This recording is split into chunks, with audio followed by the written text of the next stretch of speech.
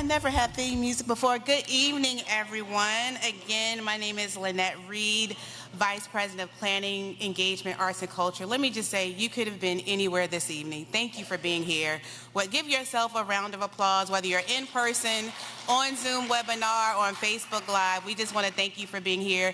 And I did want to shout out real quick, we appreciate our partners at Soccer in the Streets for doing that soccer activation over there. I want to give them a shout out, the West End Merchant Association, the West End CID, and all of our other partners. We appreciate you being here this evening. So, if you are listening via Zoom or in the room tonight, we want to make sure that you know that a copy of tonight's presentation and a recording of the meeting and the presentation itself will be available on beltline.org/meetings for you as well. And so many of you, there's a lot of different understandings on what the Beltline is, depending on who you talk to. But at the end of the day, the project is really about connecting people through the delivery of future transit, trails, parks, affordable housing, jobs, arts and culture, and so much more. And so now, before I get into our project updates, I want to share a 2-minute video that really celebrates Atlanta and what we've been able to do together on the Beltline. Atlanta Beltline, so much more than an urban trail. It's a destination. It is placemaking. It is place keeping. It is open doors and open arms. All are welcome. Come as you are.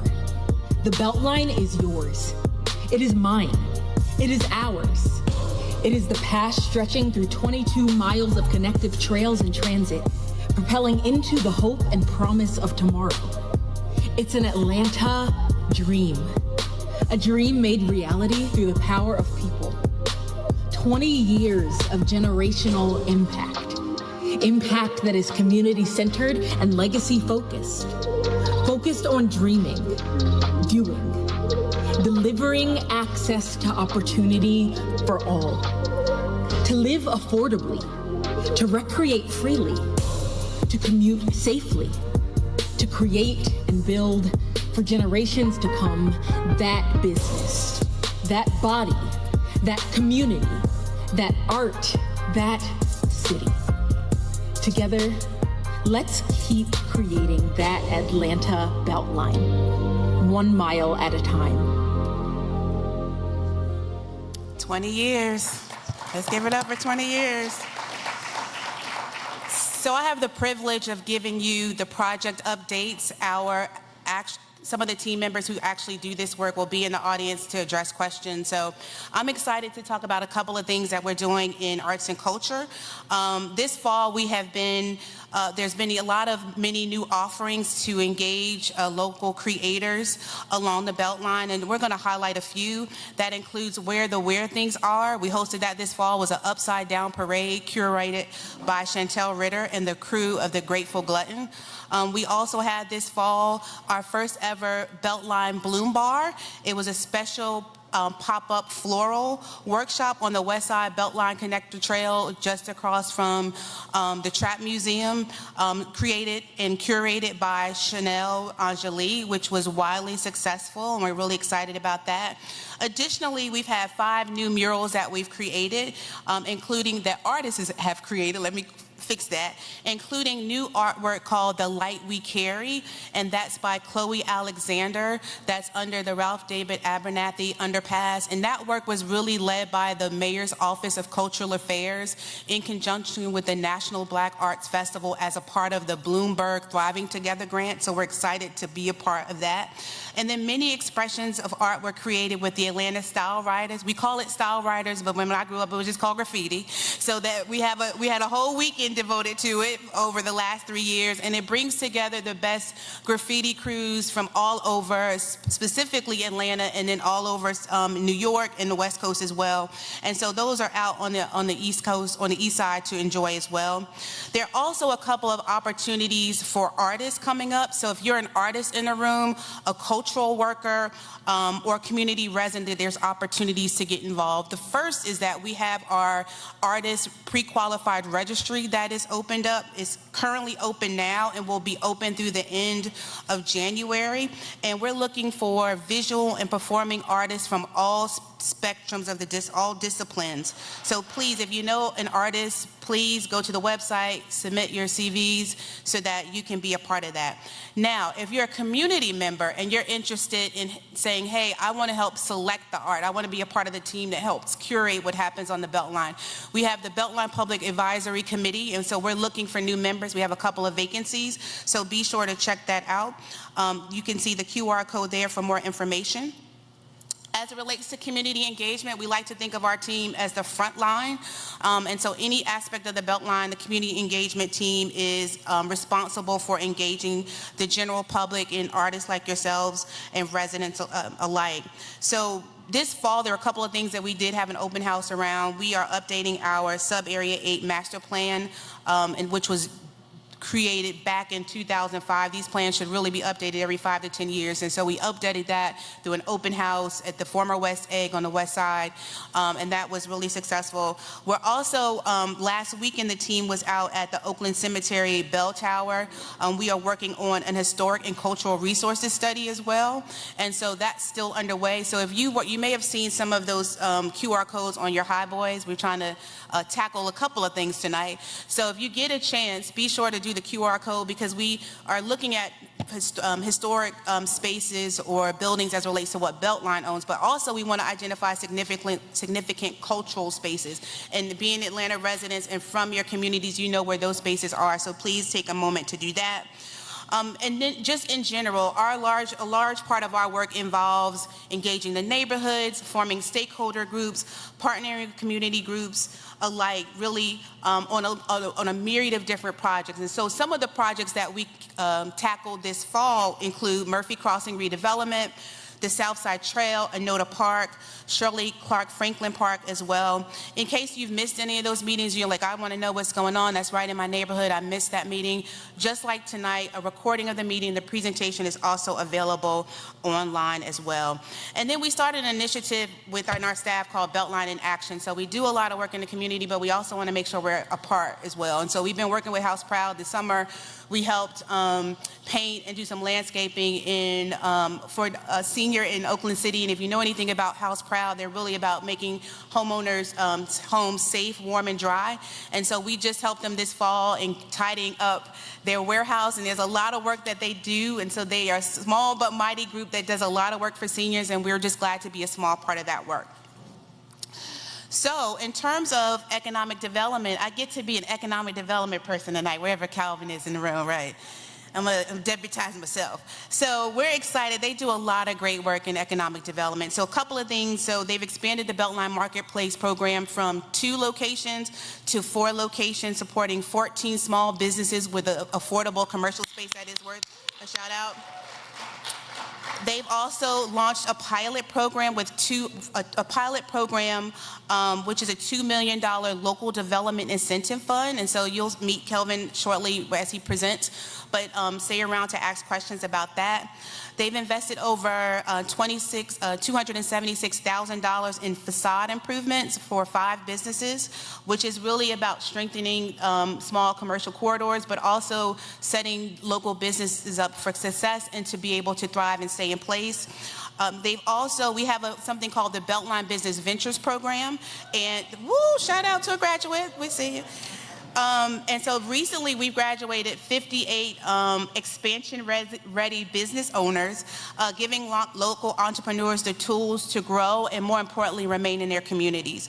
And so all of this is under the goal of ensuring that there's diverse and legacy and community-serving businesses that can stay and thrive along the corridor. Looking ahead for economic development, some of the things that they have in the pipeline to strengthen community impact include they're launching a commercial affordability consortium made up of 25 stakeholders who will help guide our long-term affordability strategy. We're also aiming at completing 8 new facade improvements, working with small business owners. And why that's significant is because it's not just working with the small business, but they also pair that business owner with a local artist. And the two come up with a vision that makes sense to further cement their identity in the community. That's okay.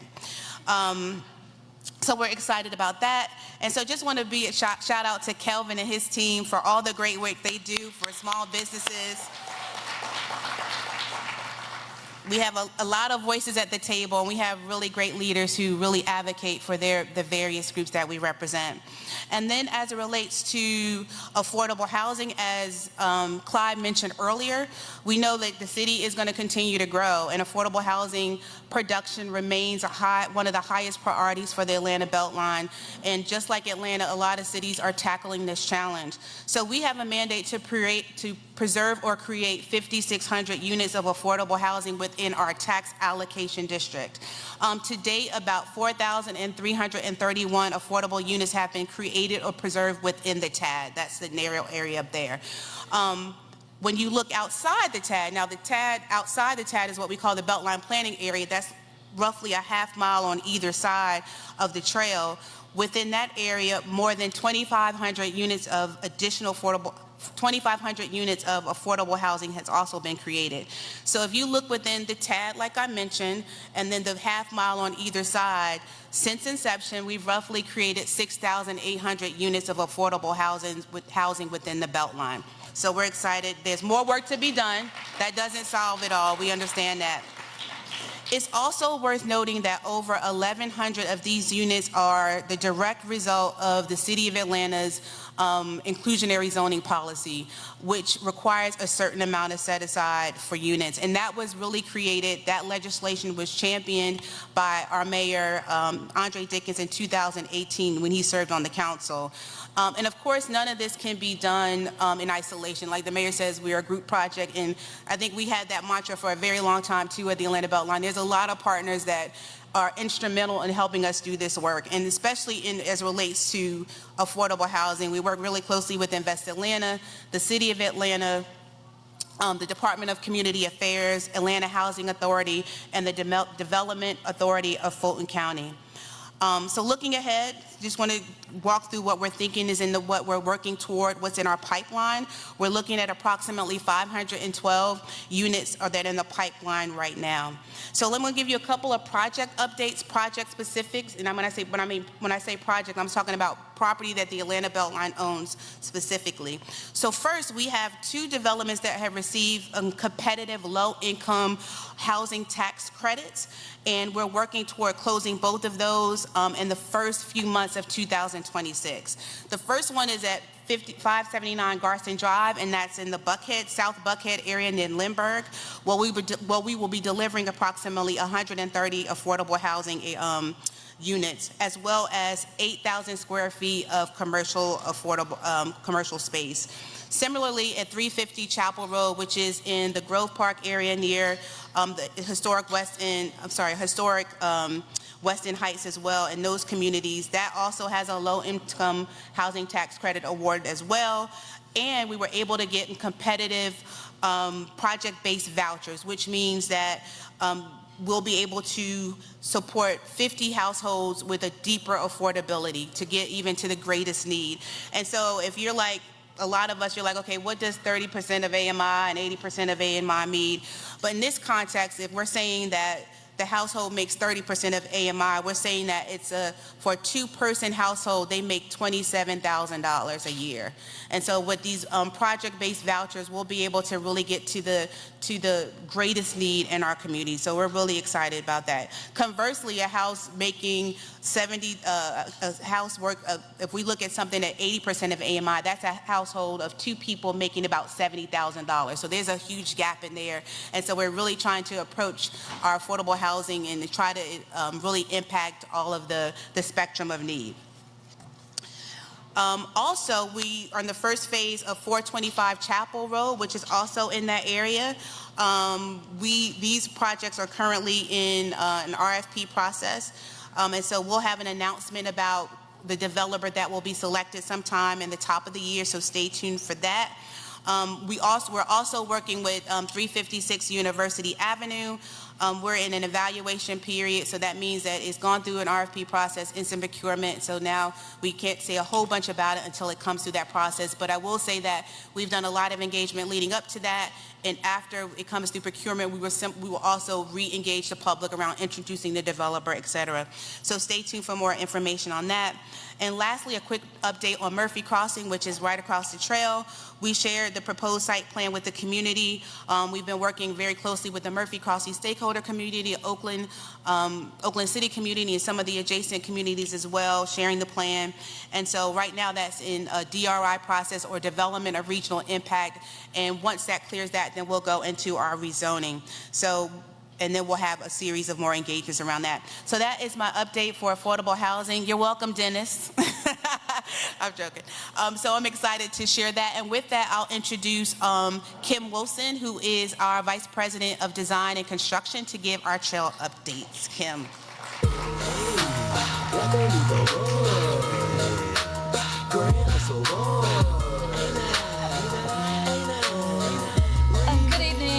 I'm Kim Wilson. Thanks for coming out tonight. I'm going to give you a very warp speed, high level overview of the infrastructure projects we're working on for the community right now. We have about 35 projects going. I'm going to focus on the larger projects that are in construction. As you can see by this map, there is a lot of green on the 22-mile loop. That means that we are chugging along and delivering most of it. As Clyde mentioned, we have 13.6 miles completed to date. We have 85% of the 22-mile loop either in construction or complete right now. So we have great momentum. You'll notice on the lower right quadrant on the South Side Trail, we're expecting to deliver all of that trail before FIFA. So as Clyde mentioned, there's going to be a huge green U where you can bike and walk and run and skate and scoot. And we're also really excited about our progress up in the northern arc of the Beltline. By March, we will have closed on all the real estate needed, except for one parcel, to finish that section of the Beltline, which is really huge because once you own the land, you can build the trail. Super excited about that. Most of those projects are shovel ready, and we're starting several of the largest projects in the next few months. And then we have 2 parks under construction, which is also wonderful on the west side of Atlanta. I'll dig into a couple of these projects. Next slide.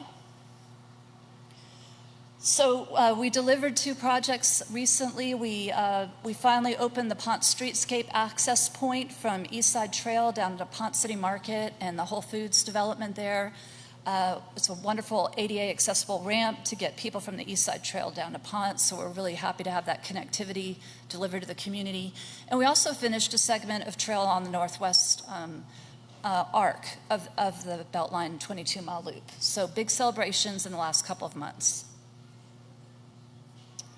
And then, as I mentioned, Southside Trail is a really big project. It's multiple miles of trail. I'm really excited to share that Southside Trail 4 and 5, we should be finished pouring the concrete trail by the end of the month or in early January. So we're really excited to open that one up. And we are starting to pour the trail for Southside Trail 2 and 3 this month. So pouring the trail is a big milestone on finishing. And once you get the trail built, it's landscaping, lighting, things like that. But once we get to that trail pouring part, we're really moving and chugging along. So super excited to deliver these trails before FIFA to connect the East and the West. It's going to be an enormous milestone for the Beltline. Next slide.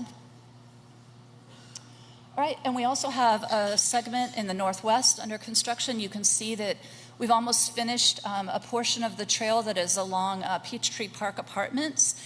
And part of this trail actually runs along Peachtree Creek and is elevated up on, I guess you'd call it stilts, but it's up on structure. It's going to wind through an existed wooded area along the creek. So you can see some of the columns and footers that we've completed on the northern section of that trail. So that one's moving along as well. Next slide. All right. We have put our biggest, most complicated projects strategically to the front in the Northwest. We want to get them started because they have long schedules. This is one of our most complicated projects, and We are really excited to announce that we're putting this one out to bid in January, which means we'll have a contractor on board and we'll get started on construction. You'll see we have some long span bridges that are going to be very exciting to build and deliver to the city. This one is crossing over Northside Drive so that people don't have to cross at grade and they can just bike right or run or walk right across Northside Drive. And segment 4A, we have the contractor under contract. We had a groundbreaking in October. This one also has a long span bridge. These bridges are about 250 feet long. This one is going over a railroad corridor. These are really exciting segments, and they're going to be really beautiful because they're not limited to a railroad corridor. So they're weaving through the community, they're weaving through neighborhoods, they're weaving through underutilized land. And we're excited to really get this one moving, but the contractor has already started and broken ground and is working actively out on site right now. Next slide. All right, and I'm extremely excited about our parks. The original vision of the Beltline was a green necklace with the emeralds being the parks. So I really am excited that we have 2 parks under the construction for the first time since I've been at the Beltline, and both of them are on the west side of Atlanta. We have a NODA park, an 8-acre park, under construction right now and scheduled to finish by summer. And we also have a bike park, and we are about to break ground on that. We have the contractor under contract, ready to go, and move phase 1 into construction. So that's going to be a wonderful amenity over in the Shirley Franklin Park once we complete it. Next slide. And that is a very high-level warp speed overview of what we're working on. And I'm going to turn it over to Nathan, who is our Director of Community Engagement.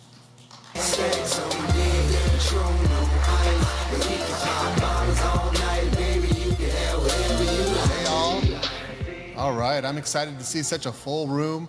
You all look wonderful. Who's ready for our FIFA panel discussion? Yeah? Who's ready for the World Cup? Yeah? All right, well, just hang on for just a moment. We want to make sure you guys have an opportunity to talk about the updates that you just heard. We are really, really busy, y'all. So what we're going to do is we're going to open a kind of a brief conversation before we jump into our featured presentation, talking about the Beltline's rollout for FIFA, as well as our panel discussion. So here's how you can participate. If you're in the room, and it's kind of hard to see, but we have a staff member, Amina, there she is, with a microphone. Just raise your hand and she's going to come right to you. If you're online in our virtual world, if you're on Zoom, you can go ahead and submit questions at this time. I'm going to open up my laptop and I'll be able to see those and mix those into the conversation. And you can also participate on Facebook Live. So let's go ahead and open this up. Any questions from the room while I go ahead and open up the virtual room? Just raise your hand. I see one right over there.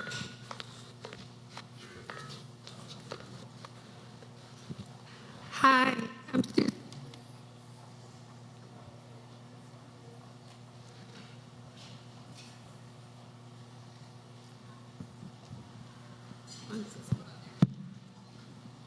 We're getting there.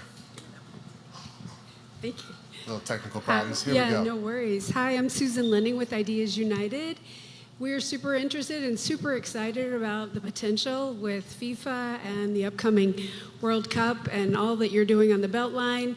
We were on the virtual meeting last week, and I just had one specific question just to get some clarity. I submitted some questions online as well in the portal, but just wondering in terms of the event schedule, I know that the idea is to have like the central hub for these events at Pittsburgh Yards. Are you anticipating breaking down stages and breaking down the permanent kind of infrastructure between weekends, or is that the anticipation that those particular assets will stay in place throughout the period? All right, you're going to get a personal touch here. My bad, Kelvin. For the staff, we do have a mic up here. Okay, thank you so much, Nathan. Great question. So just a heads up for everyone, it's an open procurement as it currently stands, and any question that you've submitted will be responded to through our procurement team, and you will have that response in time for the final submission. Great. Still, no questions from the virtual room just yet. So if you guys have questions in the room, especially about the project updates that you heard about before we jump into the FIFA conversation. Thanks, Kelvin. You guys are ready for the FIFA conversation. I see one right there. No, back in the corner. Back in the corner. Thank you. Hey, right over here. Question for you. So I'm on the board over here at NPUT and serve with a couple of neighborhood organizations. When are we supposed to see Beltline representatives join our meetings? Okay, I'm sorry. I was double checking the virtual room. Did you ask when will we see representatives at your NPU meetings? Yes. Thank you for clarifying that. We do often come to NPUs, either by invite or through any official city processes that mandate that within the community engagement process for the city. We also hold, of course, as you may know, our own meetings. We come to neighborhood groups. We've come to front porches of neighbors. So we're very, very happy to join you. You're always welcome to reach out to us at engage@atlbeltline.org. Sure, we're very, very happy to come. Thank you for asking that. All right, we do have another World Cup question here in the chat. We'll jump into it just to make sure that we're mixing up our audiences. The question is probably for you, Calvin. What specific impacts, economic, cultural, or creative, does the Beltline expect the World Cup to bring to neighborhoods near the corridor? Yeah, thank you so much for that question. And so the World Cup will bring over 300,000 visitors to the city of Atlanta. That's an economic opportunity that's probably haven't happened in the last couple of decades for the city. So our commitment to the city, to the Beltline community, is that small businesses are going to be ready. Okay, that is important, and that's why we're launching a couple of things this evening so that businesses have the information, it's in a single place, and they too can take action to be ready to engage with an international audience. So small business is going to be top of mind for the Beltline as it relates to the World Cup opportunity next year. Thank you, Calvin. Any more questions in the room? I see one there in the middle.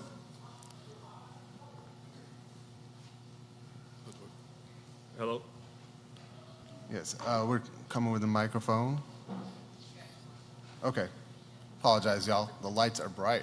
That's okay. So it's kind of to piggyback on the NPU and also what Kevin just mentioned. So I'm in the transportation industry.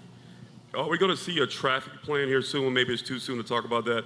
But how will we get the traffic flowing so we don't be gridlocked trying to conduct business throughout the city of Atlanta and also on the Beltline?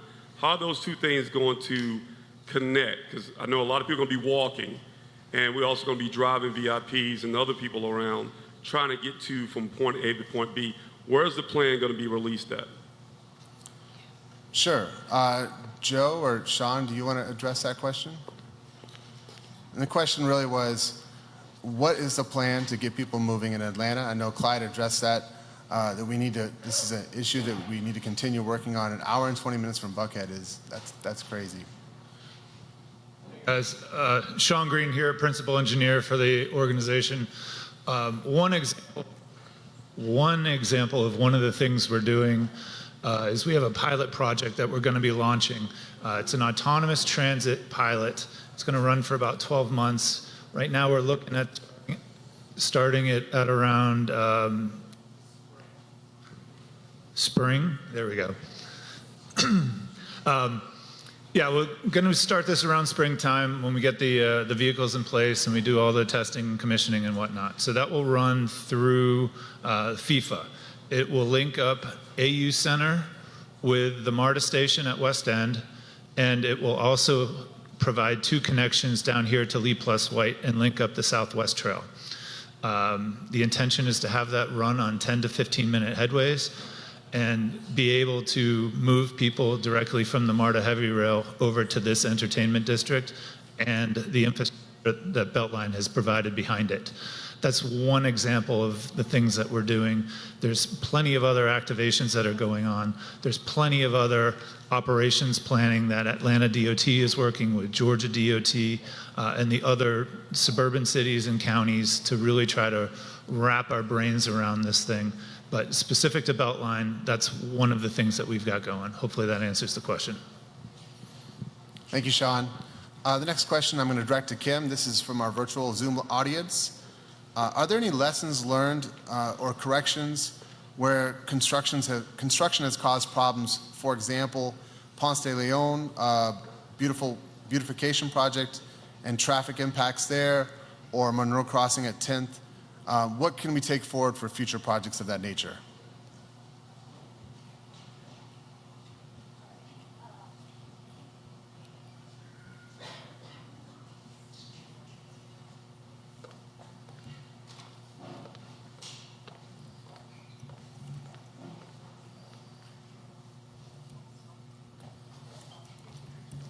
Can you hear me? Okay. All right. So construction is an extremely complicated thing to manage. We always have lessons learned, always. Always. On the two particular projects that were mentioned, I think anytime you're dealing with a public right-of-way, like an intersection that's busy, like 10th and Monroe, we did a lot of planning on that project, but I think you can always do more planning, more community engagement. I think we did the very best that we could, and the outcome's been great.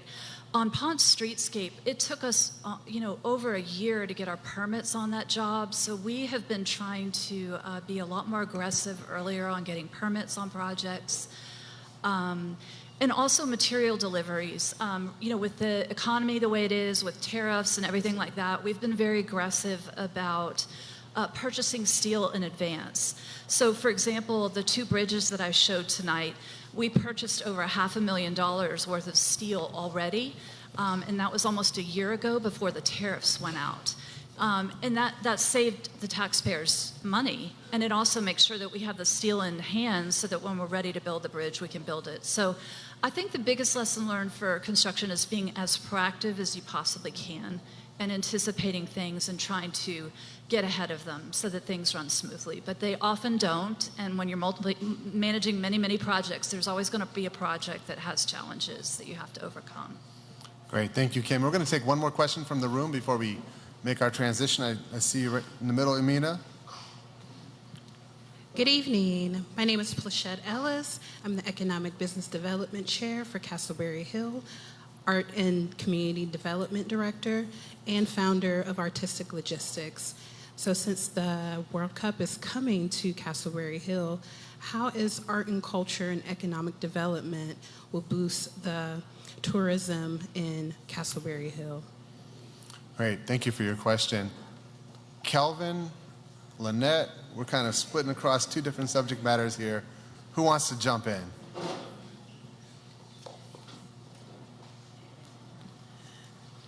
Nice to meet you.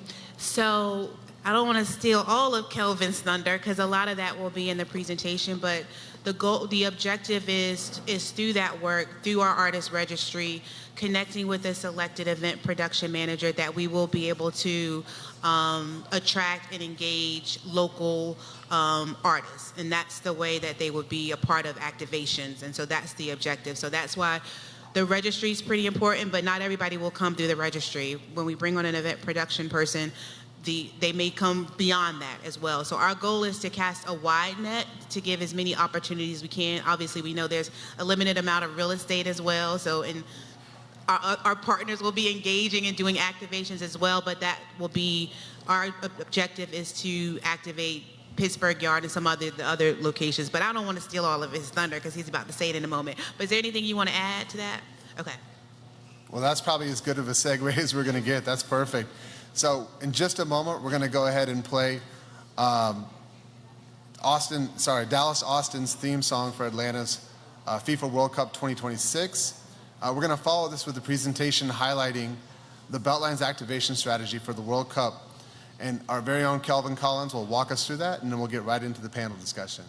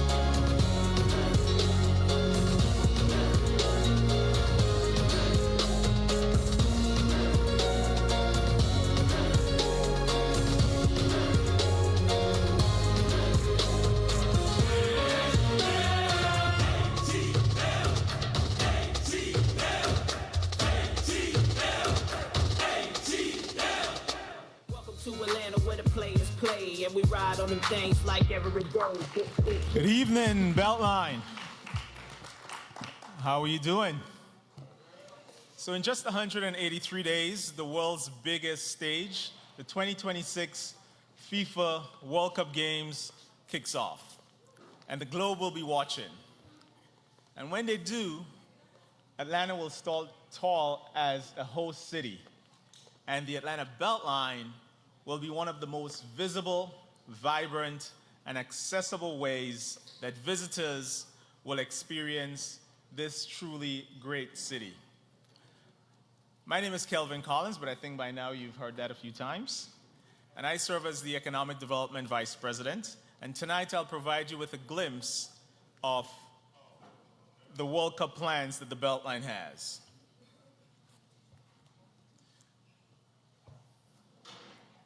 So this isn't just a sports moment. The World Cup is an economic engine for Atlanta. And between June 11th to July 19th, it's estimated that over 300,000 visitors will move through the city. Atlanta will host 8 matches at Mercedes-Benz Stadium. And based on the recent draws at the group stage, Atlanta will receive what is considered to be the most diverse set of games of any host city. We will see high-impact matches that will bring sizable fan base here into the city. Some says that this may be the largest tourism surge Atlanta has seen in history. And the Beltline will be how people will move, explore, celebrate, and connect. Our mission is clear, and it's also the mission for the city of Atlanta. Let's leverage the World Cup as a catalyst to strengthen the city as a global beacon and let the Beltline serve as Atlanta's cultural, commercial, and community connector. Earlier this year, we hired the East Street team led by Larry Stewart. And Larry, I see Larry's in the room. Larry, let's give it up for Larry Stewart. So Larry and his team led a discovery process. They gathered community input, and they shaped a set of recommendations. They listened, they learned, and we've built a plan that we hope, with your help, can showcase what Atlanta has to offer. Atlanta's opportunity is great, and Beltline leadership recognized that, and they provided us with a handful of priorities. First, deliver a safe and secure Beltline experience. Second, ensure that community, each and every one of you, have access. If you're a small business, that you have access to this opportunity. And last but not least, elevate the Beltline's brand to this global audience. So let's jump into the plan. You heard earlier from Kim Wilson, our Vice President of Design and Construction, the foundation, the infrastructure of the Atlanta Beltline. We will actually see nearly 17 miles of completed continuous trail open by FIFA 2026. That deserves a round of applause. That means residents and visitors will be able to move seamlessly from the west side to the east side by foot, bike, stroller, scooter, you name it, connecting neighborhoods, mom and pop shops, breweries, art installation, food spots, experiencing the everyday magic that makes Atlanta, Atlanta. That's just another example, in our opinion, and I'm sure you would agree, that the Beltline is more than a trail. Get your phones ready, guys. We are announcing the Beltline Information Hub for all things World Cup 2026. This will be the digital front door for everything that's happening on the Beltline. You'll get to discover where to go, what to do, and how to get there, all in one place. Think watch party locations, trail maps, navigations, pop-up business opportunities, and event schedule. It's designed to keep the entire experience seamless, connected, and shareable. So if you haven't done so, scan the QR code on the screen, bookmark this page, and stay locked in. Next, we are launching a small business toolkit. This is how we're truly going to support our small businesses. This toolkit is designed to help small businesses prepare, position, and profit. This has been done in partnership with the City of Atlanta, Showcase Atlanta, and Invest Atlanta. In this version 1, you'll find a full business readiness checklist. You'll find clarity on the FIFA clean zone, the vending rules, citywide restrictions, and a whole lot more.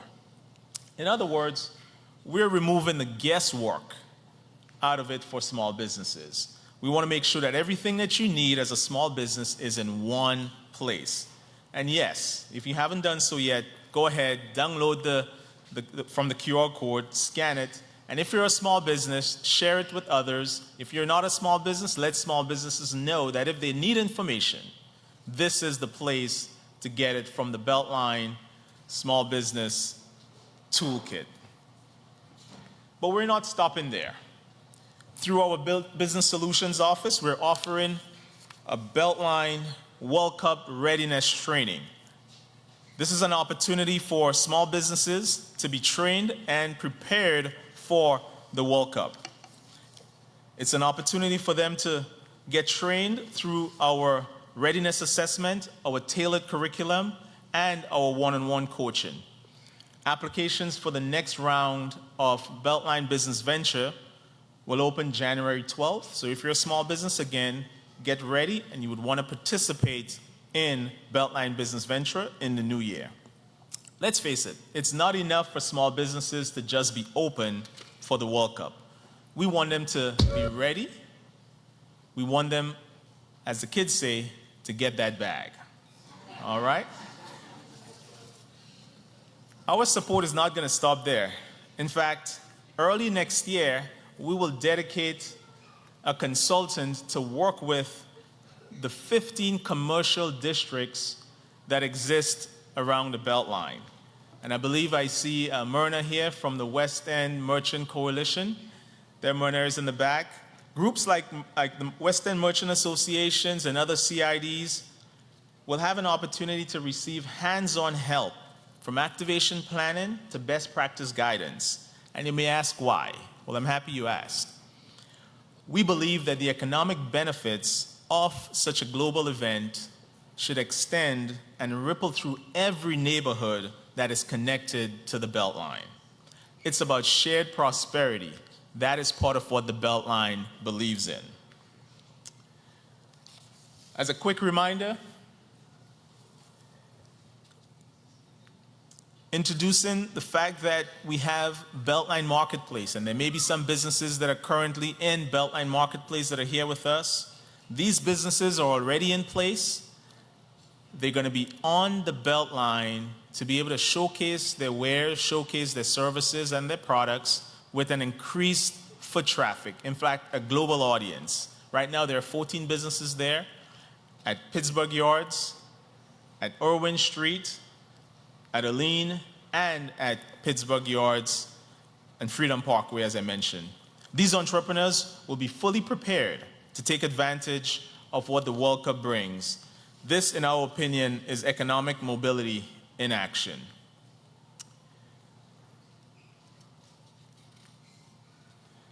And welcome to the fun part. Announcing Beltline Fest at historic Pittsburgh Yards on the Southside Trail. This would be a trail-wide, multi-weekend, community-powered celebration of the World Cup. Picture this: watch parties, live performances, DJs, local food, art, business pop-up, and a whole lot of Atlanta energy at Pittsburgh Yards. And did I say it's going to be free to the public?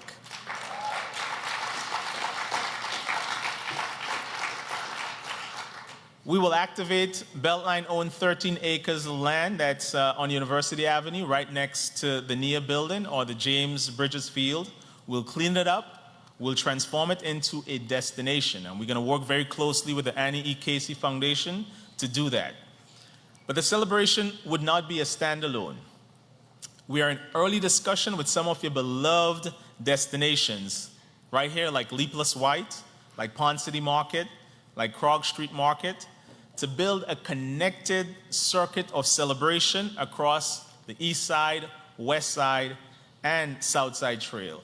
Ladies and gentlemen, this is where local residents and visitors will come together on the Beltline.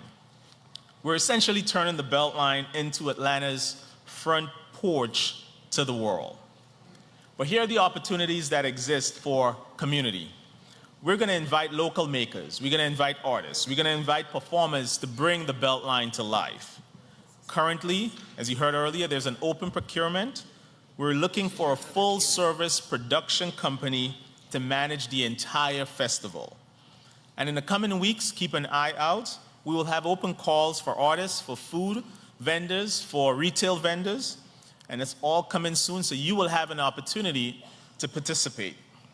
Neighborhood groups and other community partners, as they put their plans together, will have an opportunity to participate in Beltline Fest and showcase the true Atlanta cultural experience. In order to stay informed and stay in the loop, I encourage you to sign up for the Beltline newsletter. This will be the first place that you'll get to know what's happening. But you can also log on to the hub and you will be notified of all that's happening and when to apply as a new business or an existing business that want to participate in the World Cup. This is a win-win. The entire effort is a win-win for the community. It's a win-win for small businesses, for visitors, and for Atlanta's legacy, most importantly. This is not just about 6 weeks of excitement. This is about a long-term economic, cultural, and community impact opportunity that will live long after the final whistle. So what's next? Here's your call to action. Explore the hub, download the Business Readiness Toolkit, but most importantly, stay informed and stay engaged with us. This is going to be as successful as each and every one of you makes it. This is a plan that we've put together, but the true execution of this is going to be dependent on each and every one of you and the role that you can play in showcasing to the world this incredible city of Atlanta. So as I wrap, I want to give a massive thank you to Megan Gibbons. Where's Megan, our Vice President of Communication? Megan has been tremendous in this effort. I also want to shout out Lynette Reed, who you heard from earlier. Lynette and her team will play an instrumental role in executing this opportunity. But there's also an opportunity for national and local brands to truly get involved and help us power this Atlanta Beltline Fest. And if you know of sponsors that want to get in with us, please see Larry Stewart, talk to myself afterwards. This will be a once-in-a-lifetime opportunity for us to showcase what Atlanta is truly about. And so remember, as you think about the next few months, the games may happen at the Mercedes Stadium, but the real magic will happen on the Beltline. Thank you so much for listening. And I hope that today you got a sense of what the Beltline has in store. And as I said, it's a glimpse, but lots more in store over the coming months. Thank you so much.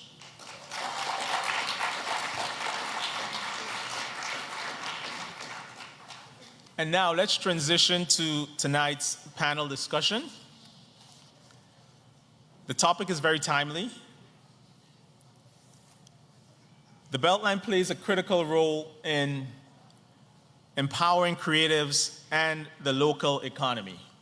And we're honored to have an incredible lineup of all-stars to this panel discussion. First up, I'm pleased to introduce our CEO, President of the Atlanta Beltline, who leads the most comprehensive economic and community development project in the nation. And from day one, Clyde has been keen on ensuring that this global spotlight of the World Cup is beneficial to the local community, ensuring that neighborhoods and creatives are empowered to thrive. Let's give it up for Clyde Higgs. Well, it's the M.I. driven letter, ain't no one better. And when I'm on the microphone, you best to wear your sweater, cause I'm cooler than the polar bear's toenails. Oh, hell, there he go again, talking that shit. Corners like I was a curve, I struck a nerve, and now you about to see the southern player serve. I heard it's not where you from, but where you pay rent. Then I heard it's not what you make, but how much you spend. You representing the city of Atlanta, the Director of Initiatives and External Relations, and Interim Executive Director of Showcase Atlanta, Lamar Stewart.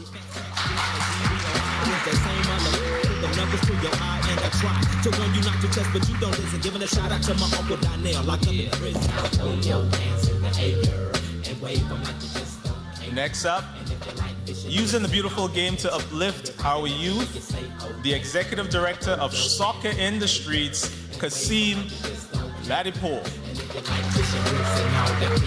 Everybody let me hear you say, oh yeah. Now, my oral illustration be like stimulation to the female gender. Ain't nothing better, let me know when it's to enter. If not, I wait because the future of the world depends moderating tonight's conversation is Atlanta's own, a visionary photographer who captures the soul of a city through his lens. He has worked with Outkast, Migos, Future, and so many more. He's the founder of Cam Kirk Studios on the East Side Trail, now a staple in Atlanta's creative community with over 500 appointments a month. Ladies and gentlemen, let's give it up for Cam Kirk.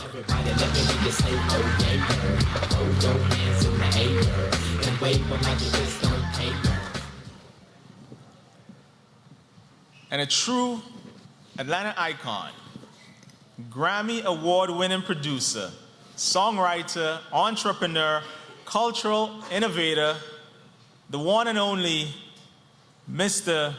Dallas Austin, ladies and gentlemen.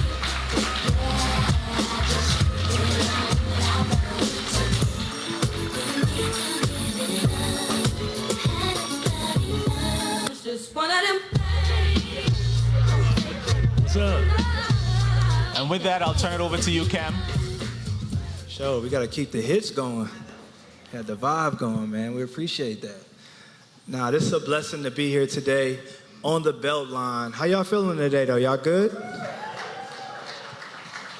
Oh, man, it's a lot of good energy in the room, and I'm blessed to actually be in this room and to be joined on stage with you guys. I know we all came here to get some information and get some knowledge. I know I definitely did. I want to hear what's going on. So you heard a little bit about all of us, but I'm probably one of your newest neighbors on the Beltline. I just opened my studio this year. So we opened our doors this year on the Beltline. So I'm very, very interested and passionate about learning about my neighborhood, about my community, and about what's to come. Obviously, we got some exciting things next year with FIFA and all that. And I've just been able to see the true power, I'm sure like many of you all can attest, of the Beltline. It just was a name to me before I became an actual community member.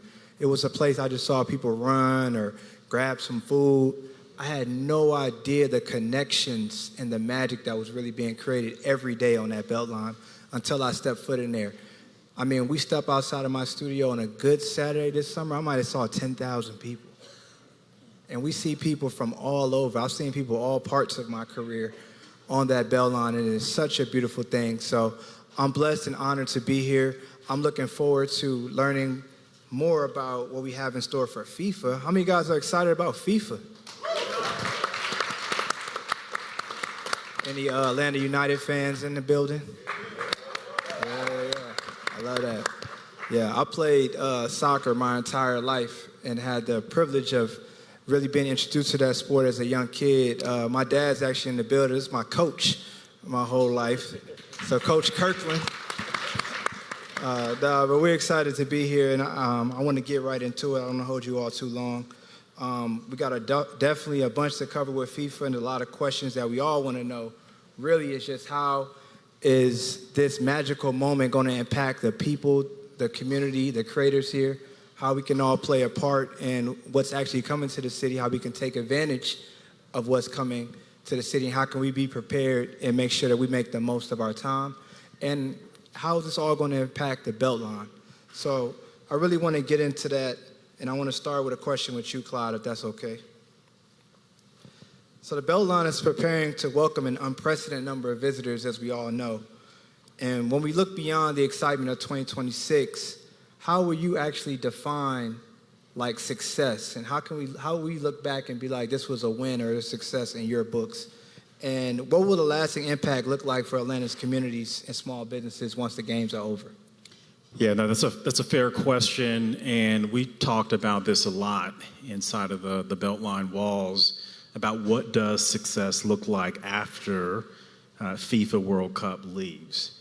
And kind of our marching orders, it's pretty simple. You know, what is the AJC test? So when FIFA leaves, what do we want the headlines to be with regards to Atlanta, with regards to Beltline? And we would love for that headline to say, and these are very ambitious goals for sure, but we want them to say that World Cup was a success and there were 0 incidents on the Beltline from a safety and security perspective. I know that's not the exciting piece. It feels kind of boring, but we really want to make sure that people have a good opportunity to enjoy Atlanta, experience the Beltline without any incidents. And so we're working heavily with APD, and then also something that real estate and community engagement stood up recently. I don't know if you've been on the Beltline, but perhaps you've seen the men and women in their khaki shorts and green shirts. It's the Beltline ambassadors.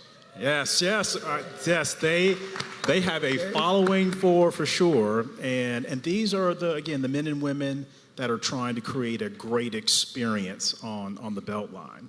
The second piece, Cam, is making sure that our small businesses in Atlanta wins because of all of the folks that are coming. I think we're predicting to have, maybe 300,000 people coming in for World Cup. And when they go to their hotels and they talk to the concierge and they ask for, hey, I want to get a real Atlanta experience, guess what the concierge is going to tell them to do? I'm not going to repeat what I just heard, but outside of a very magical city place to go, they would probably tell you to go to the Beltline as well, and we want them to have a good experience. That is where you get a good cross-section.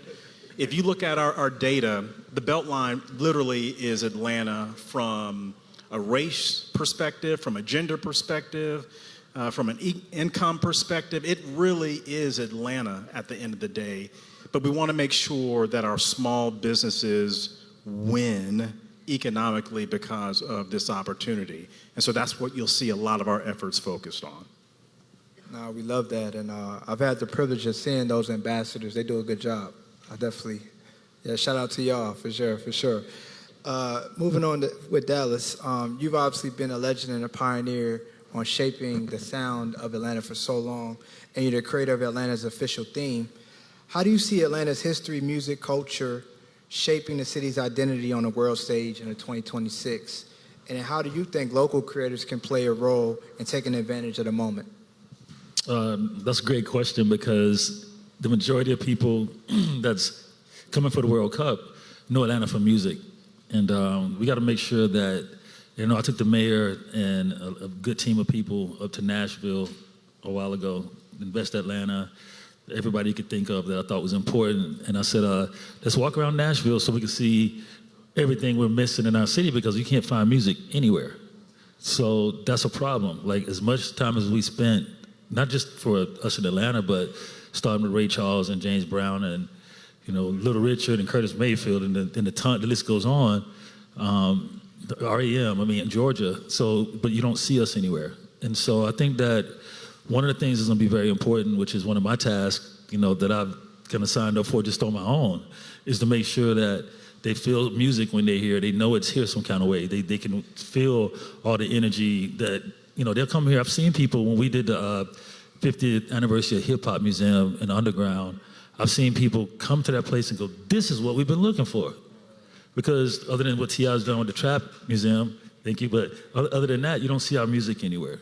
So we really got to work on that before World Cup, because I think that's one thing that even our local artists, I don't care if you're like, I went to the Funk Jazz Cafe documentary the other night, and just our local artists don't have to be big, they don't have to be, the hugest artists, but it's still a place for local entertainment that it's a void in that going on in Atlanta right now. It's not enough local where you can access the entertainment. So we need to turn all that up for World Cup and make sure that if you have a bar or if you have anything to contribute or your creative houses doing poetry and all that, I think all this culturally significant music stuff is going to be really important, and they're going to get a real kick out of it, because that's the only thing they really are looking for here when they come here culturally, other than the food and stuff, maybe what he said with Magic City. But when it gets down to it, they're going to look for music. They're going to be surprised to walk around and not see music or not feel music coming from everywhere. So that's what I want to make sure happens. I never thought about that, bro. That's big. I never actually put that into words, but as being someone in music and working in music for the last 15 years, that's exactly why I moved to Atlanta.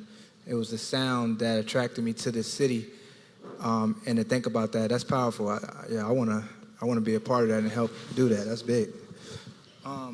Kasim, you've played a major role in just making sure the sport of soccer has become more accessible for the youth who traditionally haven't had it. As the World Cup approaches, how can this moment elevate the mission of soccer in the streets and deepen impact in neighborhoods that have historically been overlooked?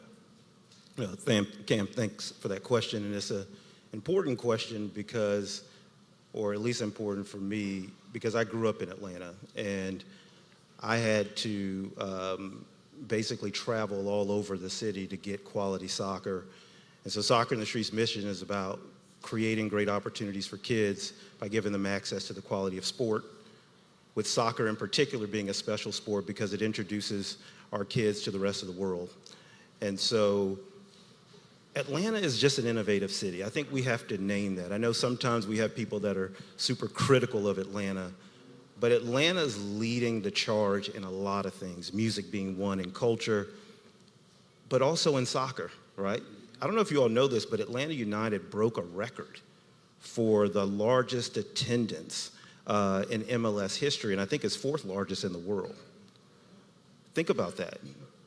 The same city where I couldn't find access to soccer is now leading the charge on getting people super energized. So I think our mission, the mission and the purpose of these other soccer entities, it's about amplifying what we're already doing. And specific to our mission, Soccer in the Streets is doing the work that you're seeing in other parts of the world. Soccer has always been a sport that everyone should have access to.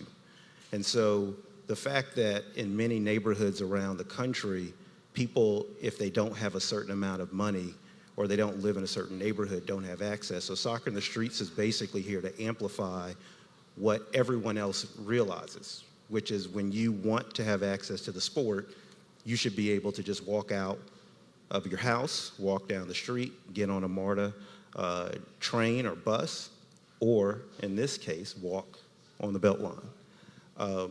So it's about showing the rest of the world that Atlanta gets it, and Soccer in the Streets just happens to be one of the examples. The other thing, I love what the mayor talks about this whole group project. And when we talk about maximizing the World Cup, it's not about one particular organization, one particular individual winning the award of being the only one that took advantage of it. It's about all of us saying Soccer in the Streets is going to do something, but it won't be successful unless it's a collaboration. And for us, it's the families who participate in our programs, it's the local businesses that we want to uplift, it's the creatives who want to bring a creative lens to the sport. Making sure that everyone looks at it from a mindset of how do we all win in this, in the collective effort, because that's what's going to sustain, is showing the proof that we can actually collaborate, and then we have a proof that we can do that not just for the World Cup. We got a Women's World Cup that's likely going to come, and we have other big events, and so we're happy to be a platform to show that we get it, but we can't do it alone. Oh, that's amazing. That's amazing. Yeah, let's give a round of applause for that for sure. So, Lamar, I think you have the pleasure of sharing some interesting updates. I got to hear a little bit backstage, but I'm sure they want to hear. We got some exciting news that came in not too long ago. But now that the FIFA final draw has taken place and we have an idea of what teams are actually coming to the city of Atlanta, what updates can you share about the city's prep and planning? How you guys doing? Y'all good? Good. We're just excited to have that data. I don't know how many people have been following and have been trying to keep up with it and been asking questions and been going along. It was a great day, December 5th, when we found out what teams were going to be here and by the 6th, what times they were going to be playing. I will give you guys a reference point. You guys know that for the Falcons game, a Falcons 1 o'clock game is very different from a Falcons Monday night game. And so the fact that we were able to finally be able to kind of put some stuff to our data points there. The team has been working hard with different models. When it comes to World Cup, we have mobility plans that we have to submit. We have human rights plans that we submit. We have safety and security plans that we have to commit. And so, as you said, it's a group project. All the groups are now ready to really attack and now know that, okay, if we have Spain coming January 15th and they're playing a noon game, what does that look like and how does that coordinate with our FIFA Fan Fest? But then now we know that there are also a 6 o'clock and a 9 o'clock game. And so what are the other activations that will be happening around the city so we can get that information out? I think that's the biggest thing, is that there are models set in place to get information out to everybody. The mayor means it when he says that he wants this to happen with us and not to us. And so we're trying to start building that muscle memory for everybody. So we have ATL.direct, which is almost like the newsroom for the city. That has a FIFA page on it that we've been already posting on. But we want people to go there so that way you know when this traffic is going to be set up, or if there's going to be road closure somewhere, or where these community events are going to be, you can go there. We have partners that are here from the ACVB and others who have been trying to make sure that they have information out to know where the programmers are going to be. And so now that we have some of that ready to go, we're excited that we can kind of attack and get into it, because now that we know those countries, we already have talking about what we're going to do to engage with those countries. We've already wanted to make, because we want this place to be a hub. That's what we want, right? So I think if people look at the nature of what World Cups are, usually you go to a country, you be in a country, you ride a high-speed rail around, and you jump all on the train. I wish I was there. And you do this there. This is different. It's 3 countries, 16 cities. We know that everybody's not going to be able to fly around. So we figure that some of these people are going to say, you know what, I'm going to just post up here in Atlanta. And while these people are post up here in Atlanta, it is our job to give them the best time that they've ever had, to give them the best experience that they ever had. And I think we're just excited right now that we have the one part that we're going to ensure it's the safest, securest event possible, but we also create an experience that really taps into the, what SAT word, the tapestry of the city of Atlanta. So yes. No, we love that. So just for a summary, where can we find the information needed about what teams are playing, or that information you shared? I think you shared a website. Sure. We have I think we'll put this there, is everybody needs to, I will say this here, there's not one place that you should be looking to get information. You should sign up the same way y'all don't have 3 Facebook friends or 2 people you follow, and y'all need to follow everybody, because everybody's working together. So right now, Beltline right now is a toolkit that's going to be giving you all the information. You should be with that. The host committee, all right, FIFA host committee, I think I'll make sure to send it out. I think it's FWC, Atlanta 26. They put out information all the time in terms of opportunities. You should be looking there. ATL.direct, that's information from there. And I'm going to plug this one, showcaseatlanta.com. If you can sign up there also and get involved, that's also where we're going to be sending out information about where we can get this. But specifically, FIFA has released their schedule. I think knowing just here in Atlanta, but just being knowledgeable about where the other big games are going to be happening, that'll be important. That's where you'll know if this is Argentina and Colombia are playing, then you'll know, okay, there's going to be a watch party for that somewhere. I need to know where that's engaged, or that's where I need to know where my food truck needs to be, or where it's there. So I think getting your your deep dive into FIFA-ness, I think is probably one of the biggest things that you can do to make sure that you're aware of everything that's going on. No, we love that. Love that. Thank you for sharing that for sure. And right back at you with another question. Let's go. Obviously, I'm sure it's very important.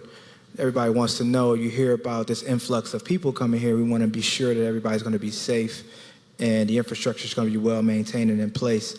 I'm sure that's Atlanta's top priority. So as we're preparing for World Cup, how is the city advancing this work to ensure residents and visitors have a safe experience, also while making sure the community benefits from the improvements made long after the matches are over? Sure. So I'll break that down into two parts. The safety, the reason why Atlanta keeps receiving these large-scale events is because of our footprint and the collaborative nature of our security community. It's bar none. It's the reason why you'll see us get 2 Super Bowls back to back. You'll see us why we'll come and get a World Cup and these other ones here. We work very well in terms of our APD, our state. You name all those alphabets, they all work together very well here, and they keep repeating it at these meetings. They work very well. And so there's plans in place that, you know, secret top type stuff that they can't say, but they're making sure in terms of looking at that there's no terror attacks. They got, you know, drone technologies that are making sure to implement to make sure that everybody's here because they understand that that's like the top tier. So that's the one part. I think the other part is the infrastructure piece. So I think other people here probably heard about the Aura bond, right? So the Aura bond was a bond that was issued $120 million to invest in the city. And that has been being executed great by our ATL DOT team. And so if you guys have driven around and all of a sudden you see a bunch of roads, traffic, and you see a bunch of big machinery and you start getting mad, like, why y'all tell me this? But then next thing you know, you come back a week later, you're like, these roads is smooth. Yes. That's what we're doing. We're paving a lot of roads. We're changing out these signals. We're adding wayfinding around here, ADA sidewalk ramps around to make sure the core footprint is there. And so that work is going great. And that's a long-lasting project that we've been working on right now. And they're doing a great job with it. Like I said, we get the calls and the emails when you didn't know that big truck was coming down your road. But we also get the email afterwards like, man, these stripings is nice. So that's where we're at. The investment that is in the city is in the infrastructure, and it's from a safety standpoint is great. And then I think there was other part you said about just making sure folks are ready. The mayor created Showcase Atlanta. It's a mayoral initiative, which he wants to ensure that these large-scale events are looked through a equitable and accessible lens. And so he put together a group of, you know, all-stars from around the city, chaired by Carol Tomei and Arthur Blank and those, and there's a bunch of people who all looked at like, how do we ensure that this stuff really happens with us and not to us? And so there's lanes and stuff that they have and work streams that we're working with in terms of our small business ready. We work with the Beltline and the other partners here to ensure that there's readiness here, that there's workforce events, that things are going to be coming down the pipeline that we know, to make sure that people are informed and know about that. But then we also going to community engagement. We know for a fact that when some of these corporate sponsors that come in, they're not going to anchor down things down in town on the south side and the west side, and that's okay. But Showcase Atlanta is going to do that along with Beltline and other partners to ensure that for the folks who said, I don't want to go down to all that traffic, but I still want to feel a part of the World Cup. So we're going to make sure to have engagement in those areas so that way they can still feel a part of it. So I'm really excited about it. No, that's good stuff. That's great stuff. So we have the city to thank for getting rid of these potholes, huh? And them Hellcats that be spinning around here too, yes. My car definitely say thank you to that, for sure, for sure. So Clyde, back to you on this one. The Beltline's activation plans include trail-wide programming, multiple festival hubs, and extended business engagement across 17 miles. How do these World Cup activations strengthen the Beltline's broader mission to connect neighborhoods, support local businesses, and elevate Atlanta's cultural identity? Yeah, I mean, so I think I mentioned this a little bit earlier, but one of our superpowers for Beltline is the jobs and the economic impact that we've had for the city of Atlanta. And so, yes, many people think about us as a trail project, but we're so much more than that. We really, really are about community and economic development impact. And so you probably heard from Kelvin, we've invested about $800 million into the Beltline to date. We've seen almost $10 billion of private investment that's followed us. And again, just a lot of jobs that have been created along the Beltline, and many of those jobs have been created by small businesses. And so the efforts that we're going to put into Beltline or to World Cup, yeah, it feels like it's the right thing to do, but it's also enlightened self-interest for us. The more that we can put into this engine, the more opportunities and more impact, more jobs that are going to be created for the city of Atlanta. And so one of the things that we have done is we've stood up what we like to call is the Beltline Marketplace program. This is, for lack of a longer description, it's basically our small business incubator program. And we allow small businesses to operate in these converted rail cars, if you will, and businesses can operate in that for roughly $300 a month. And then you get access to all of that foot traffic that we all see on those great days on Beltline. I think last year we had 2.5 million trips on the Beltline. So if you're a small business and you can convert just a small percentage of that foot traffic into your business, you're going to win. And so we're going to take that model, adopt it, same mindset for World Cup. All of that foot traffic that we're going to get from all of the people visiting from wherever, we want our small businesses to win at that. And now that you have access to the information, Spain, Saudi Arabia, Morocco, Larry, I think I'm missing someone else. Yeah. Haiti. Yeah, okay, yes. And so from a business development perspective, this is, if I can humbly make some recommendation, that's where you need to start generating your activity, your outreach. If you know someone from Spain, if you know someone from South Africa, wherever it may be, start building those relationships now, because people are ready to spend money.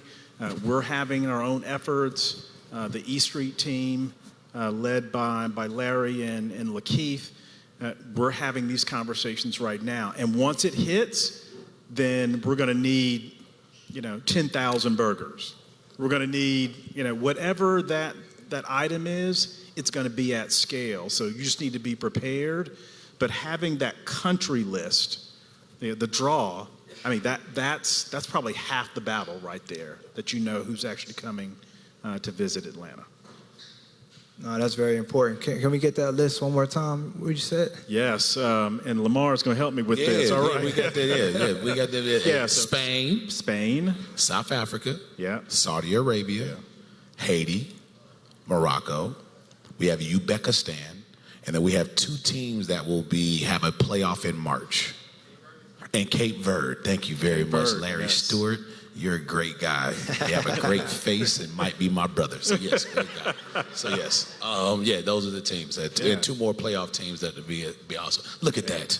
There you go. Right there. Bam. Bam. There you go. Team. Yeah, great team. But that's where you start building your relationships, honestly. And of course, with Beltline, with City, Showcase, but don't rely just solely on us. I mean, you got to eat nails and grind and start building those relationships with these countries. And we'll be there to help you. Kelvin Collins, his team on the economic development side are leading efforts for Beltline. But if we can be of service to you, let us know. But don't just sit up there and wait on us. Go get it. Get it. I don't want to go off script, but everything you said right now speak to my spirit. I think I think I've spoken at more of these. There's so much help out here and people who want to help. And we religiously have people come up and say, hey man, what you gonna do for me for World Cup? And I'm like, I don't know what you do. Do you sharpen pencils? I don't know how to help unless you come to me with what's here. And so if marketing is it, there are people who are ready to help you marketing. If you are already online, you're ready for brick and mortar. There's places that they're ready to give you brick and mortar. But we have to be able to find this information to tell you how. So we'll educate and say, hey, listen, these are the teams. So language access is a thing. Right? We've talked to business that says, hey, listen, right now, you are all Cash App. We think in this time period that you probably don't have a bank account. You probably are not tap ready. So if you get a bunch of people to come to your business right now, I don't know if you're going to be able to get 10,000 burgers in time. So how can we help to move that forward for you? Because there's partners who want to help you. And so I couldn't help when you said about eat some nails and grind, because I think that there are so many entities, groups around the city, stakeholders who want to help small businesses, but it comes with coming and letting us know, like, hey, this is what I have, this is where I have a gap. Cybersecurity, we can help with that. We can put you in process with people. We can put you in contact with people that help that. We have programs, a curriculum that can do that. So I just, when you said that, it just spoke to my spirit, class. So yeah, I wanted to say that part. No, that's very important. And just to even put a bow on that, to wrap that part up, because I see you're very passionate about it. If there's a small business that does have their things in order, and you say, come to us, who's the us? Where do they go? Sure. So Showcase Atlanta is definitely one. We're convening with a lot of partners. We have that. And we can then let you know, because I think we've heard from small business, like, hey, look, I'll go to the Beltline and say, hey, you need to go to Lamar. You go to Lamar, then they feel like I go to the city. Then you go to the city and then feel like you got to go to the county. And so we've been trying to create roadmaps to let people know where it is, because it is, not clean. So let me give you an example. Our FIFA Fan Fest is being owned, operated by the Georgia World Congress Center. They own it.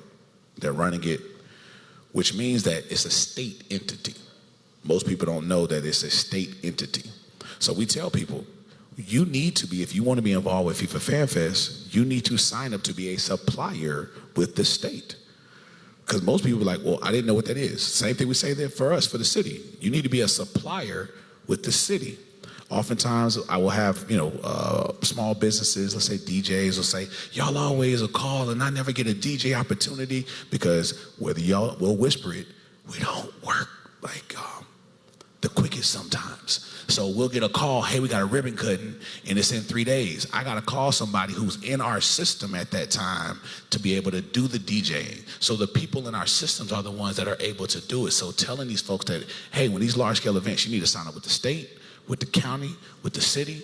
You need to also sign up in other counties. Cobb, they're doing stuff, so that way when that stuff comes out or those RFPs come out, we hear often, I missed that RFP, how did I get the RFP? You got to get in some of these portals, because it comes through these municipalities, and then there's an economy that comes around it. So I think that that's some of the areas and say that we're trying to educate with Showcase, to say for large scale events, because that's our scope, our lens. This is the landscape.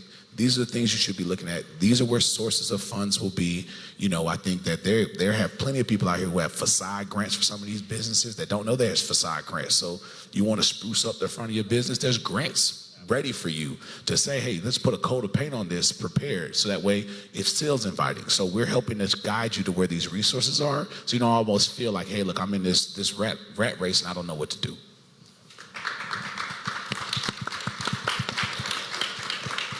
That's very important information right there. I hope you guys took advantage of that.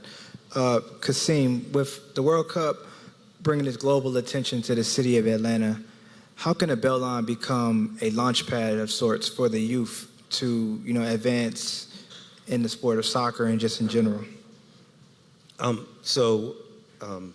We're already at a global city, right? So we don't need to prove that again for the World Cup. But as it relates specifically to soccer, we need to show that we don't have to find a field to play.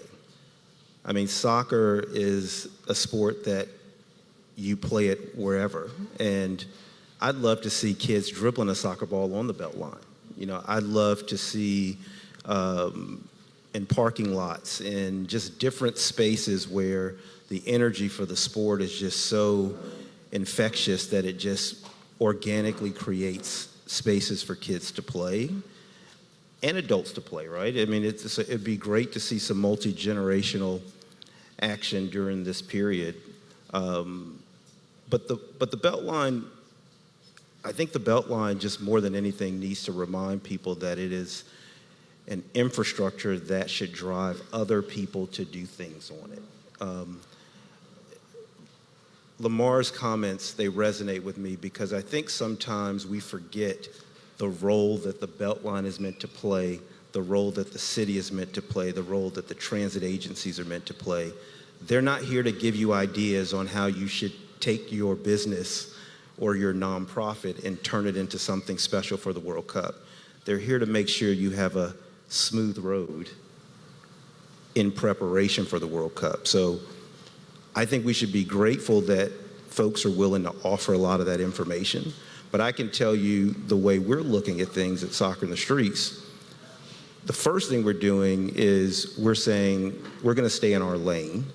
And our lane is about creating access to the sport that leads towards opportunities for our kids and our coaches and our families, that leads towards social connections, which we believe is what makes soccer so special. It's a universal language that allows people from no matter what their walk of life is to connect with others. And more than anything, what soccer gave me was a global context that I just couldn't get from any other activity. And so for us, we create pathways just by creating a platform for people to organically connect through the sport. What we've found is that soccer actually, particularly if you do have fields, drives economics for communities. How many of you all are regulars at a local pub that shows soccer, right? For us, we found that the fields being next to restaurants and other establishments are driving more revenue to these businesses. So for us, our platform is to be an operator for soccer, create infrastructure to have soccer played, but we also want to collaborate such that our work can actually have an economic effect for others. And we're looking for that. So for those of you who are not familiar with Soccer in the Streets, please look us up, because we operate soccer and we have infrastructure that can be used for activations and ways to get the message about your businesses out to the masses. And our expectation is we're going to have people from all over the world, particularly Spain, because we got some ideas there. We're going to have people from all over the world convening on our sites. And we want to create cultural hubs there. And when I say cultural hub, it's not just about just amplifying Uzbekistan or Spain. It's about amplifying Atlanta. It's about making sure that the rest of the world sees the great stuff that we're doing here, the great food, the culture, the fashion, the artistry, and seeing that melting pot where Atlanta gets infused into the rest of the world's culture. I think it's going to be something magical to see. And again, I can't stress enough, like, we're bringing these ideas to the table, but leveraging the wonderful work that's happening with the different agencies that are just trying to make sure that we're in the best position to deliver to the rest of the world.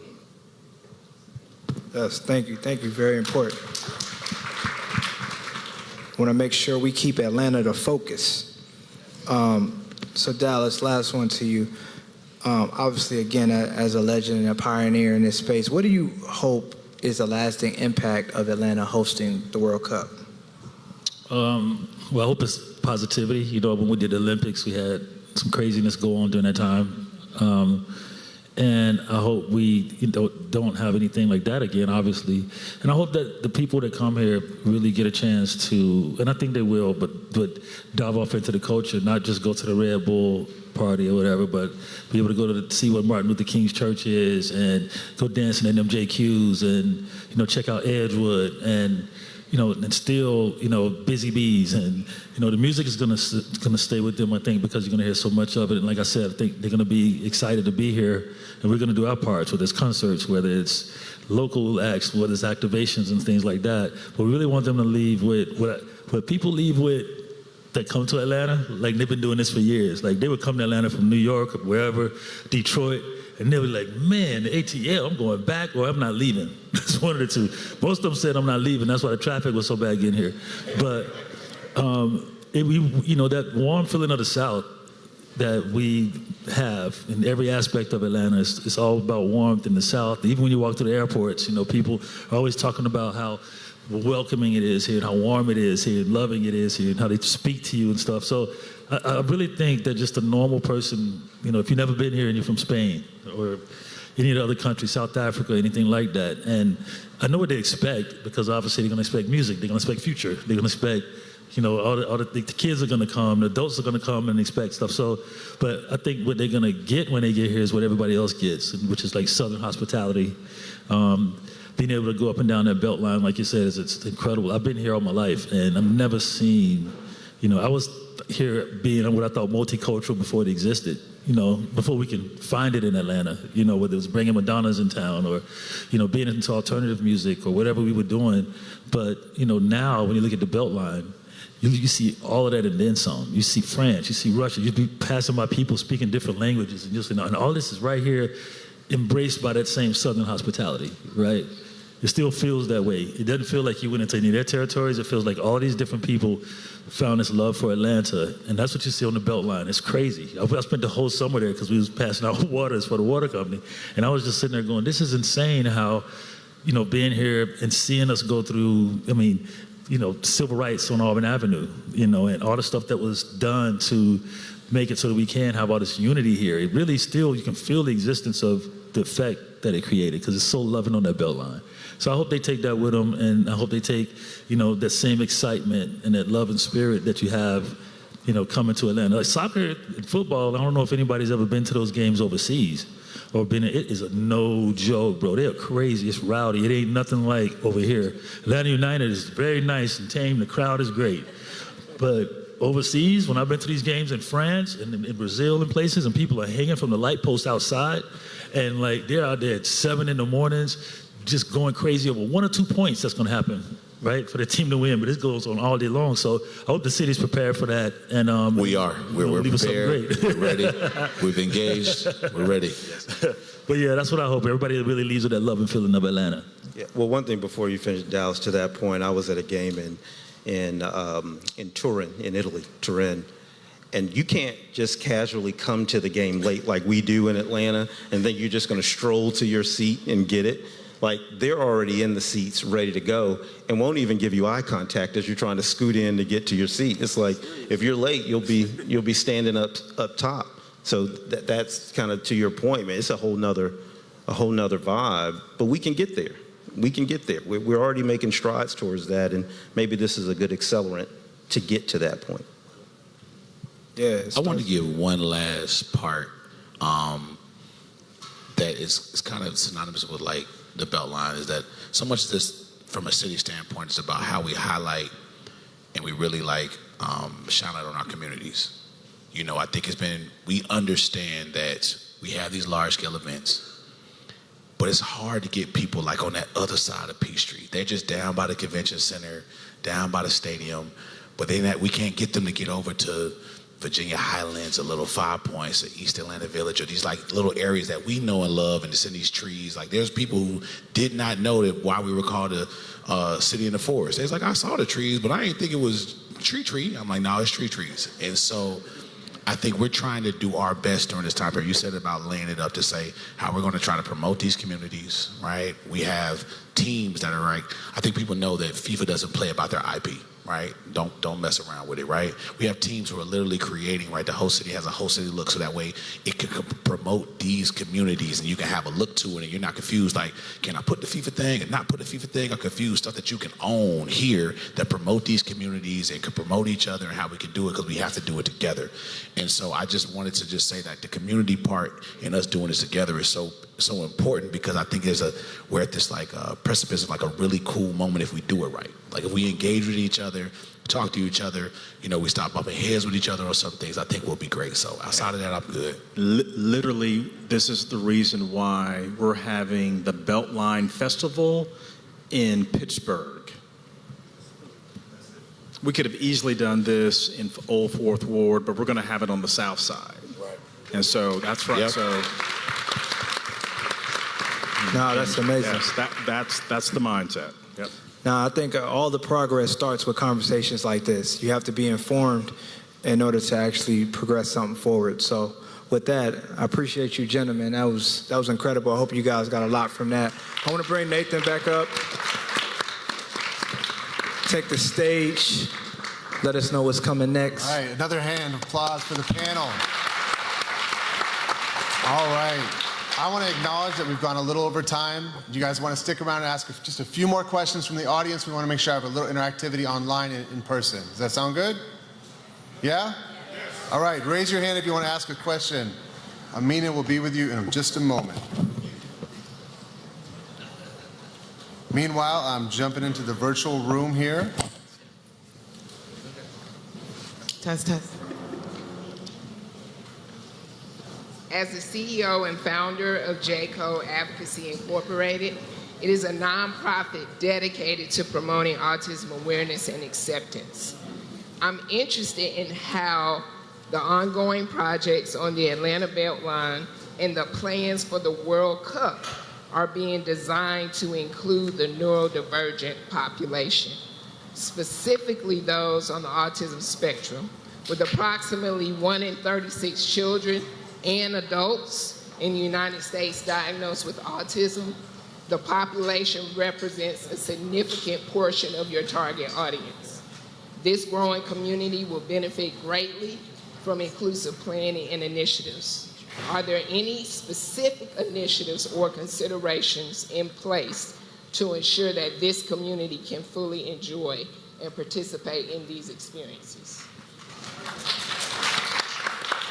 That's great. So what I recommend that you do is reach out to Lynette Reed here in the front, and let's talk about it. What the Beltline is here, we're here to set the table, and then you all bring all the dishes to make it, truly a place for everyone.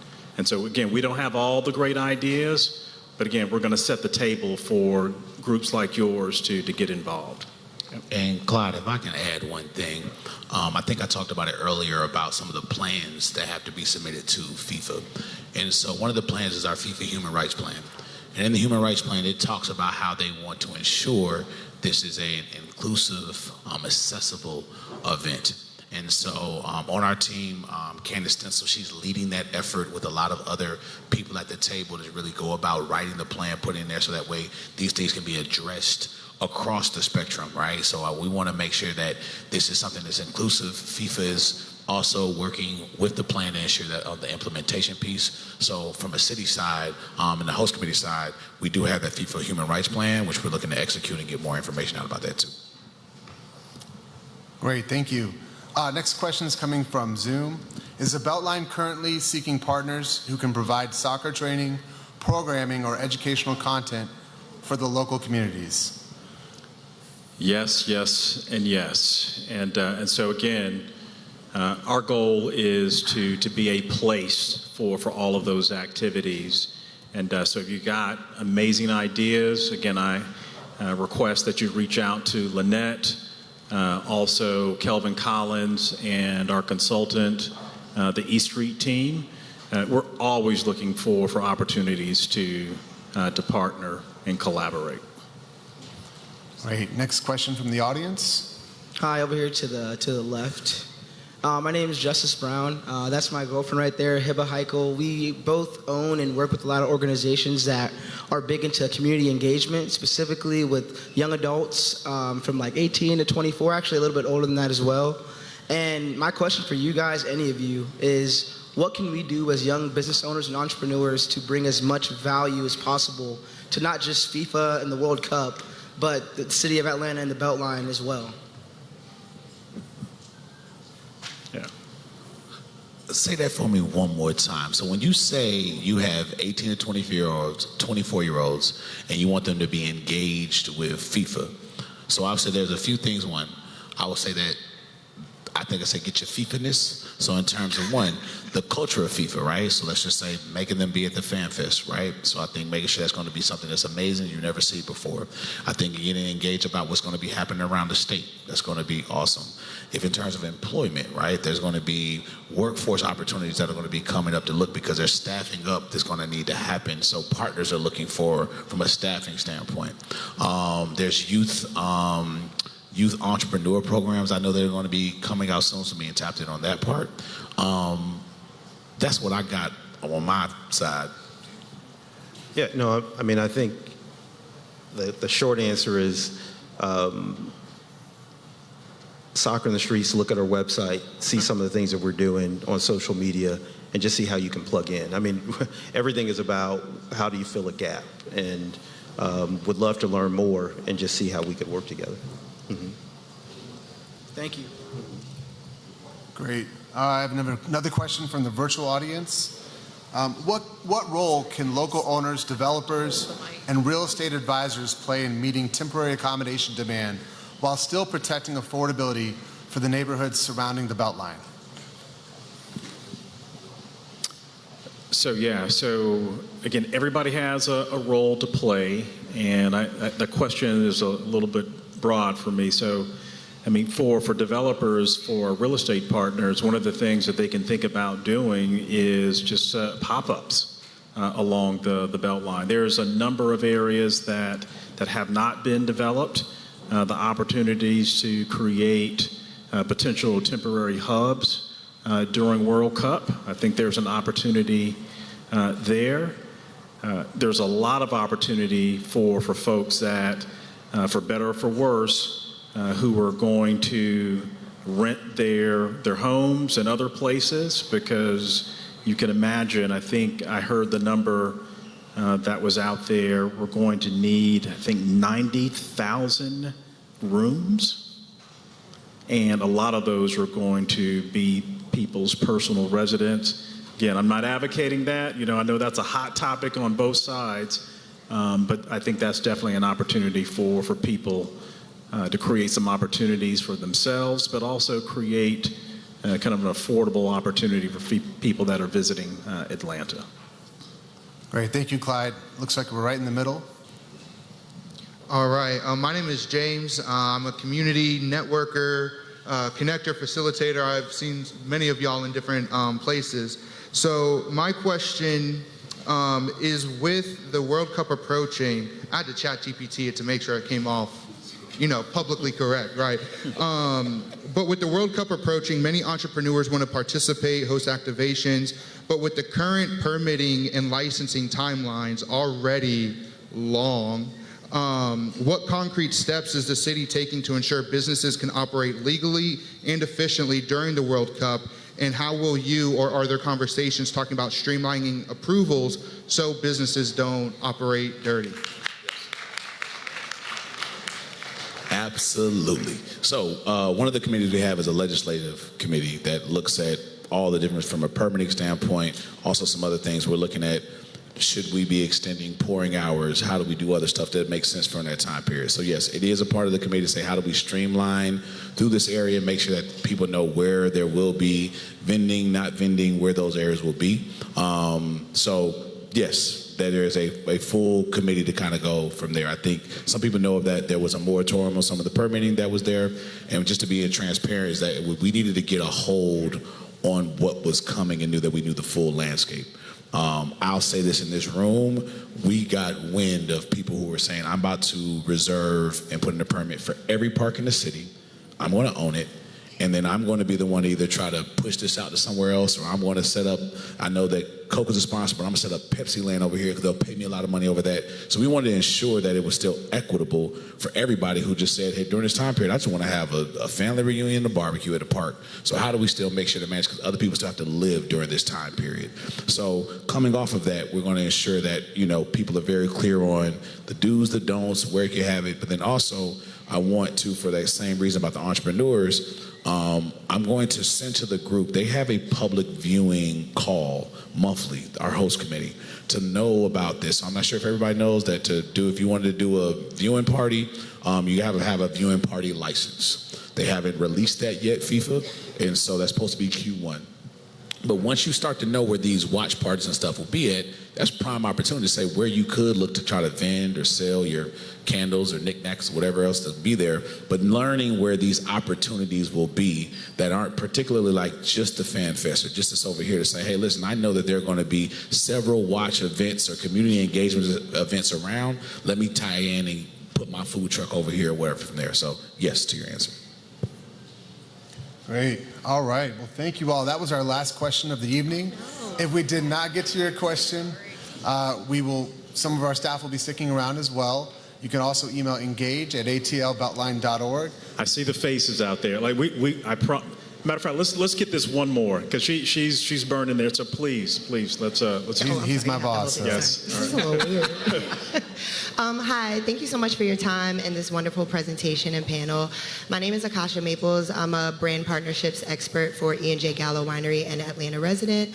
And my question to you guys is, I know we've talked a lot tonight about kind of curating and showcasing Atlanta and Atlanta soccer to the tourist community and the influx of people that will be visiting from other countries. But is there anything that you guys are planning to kind of bring the world of international soccer to local Atlanta youth to really showcase the history, culture, and traditions that kind of FIFA is bringing to Atlanta to kind of make them fall in love with that? And is there any value to the city in an activation like that? Because if so, I have the deck for you guys. Thank you. That's perfectly teed up for you. All right. So your question. Thank you.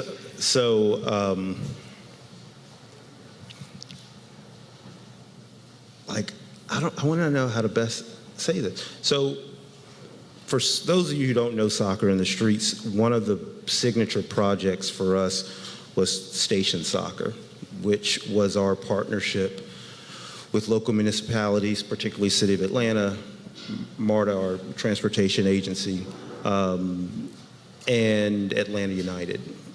And at the time, it was primarily about access so that young people could just play soccer in their neighborhoods.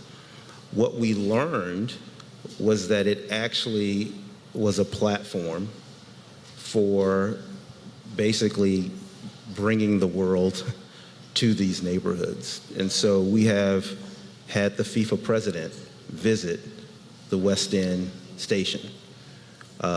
Manchester City, a very successful European club, we have a multi-year partnership with them that includes them coming and providing experiences for our kids and coaches, as well as training. The Premier League, which runs the European or the English soccer leagues, we have a partnership with them. And through that, we've learned that this is bigger than just having kids go out and kick a ball. There's a cultural connection that's happening. At our East Point station, we have a mural that showcases all of the different cultural elements that tie to soccer. At Kensington, we also have a mural. So we're showing already through examples that there's a lot of intersectionality that we can maximize. And now we have the ability to transform these locations into cultural hubs, where when people come into town and they're tired of the FIFA zone, right, they can just jump on a MARTA train or jump on the Beltline and come and get a totally unique experience that you're not going to see anywhere else, where food and soccer and art is all kind of colliding for this really magical experience. And so, again, we're the soccer operator and have the infrastructure, but we need to infuse within that the expertise, energy, and passion of other partners. And so however we can do that with the community, we want to be able to. So that's our big thing. And on top of that, when we're in schools, which we are as well, when we're working directly with community partners, everything next year is always going to have a World Cup / kind of global lens, which soccer is already naturally kind of equipped to do that. So. Great. And close this out, Clyde? All right. That was a great way to end. Thank you. A warm welcome to our moderator, our panelists, Monday Night Garage for hosting us, Beltline staff, Beltline leadership, and most importantly, the community, our stakeholders. As Clyde likes to say, this is the people's project. We appreciate you. Go to beltline.org/meetings for any meeting materials. Hang out just a little bit with us tonight. And you guys have a wonderful night. We'll see you all on the Beltline. All right. Exactly. Right there. Where we going? Where we going? Take me through that. Take me through that. Wait. Take me down. Take me through that. Take me through that. She going. Take me through that. Take me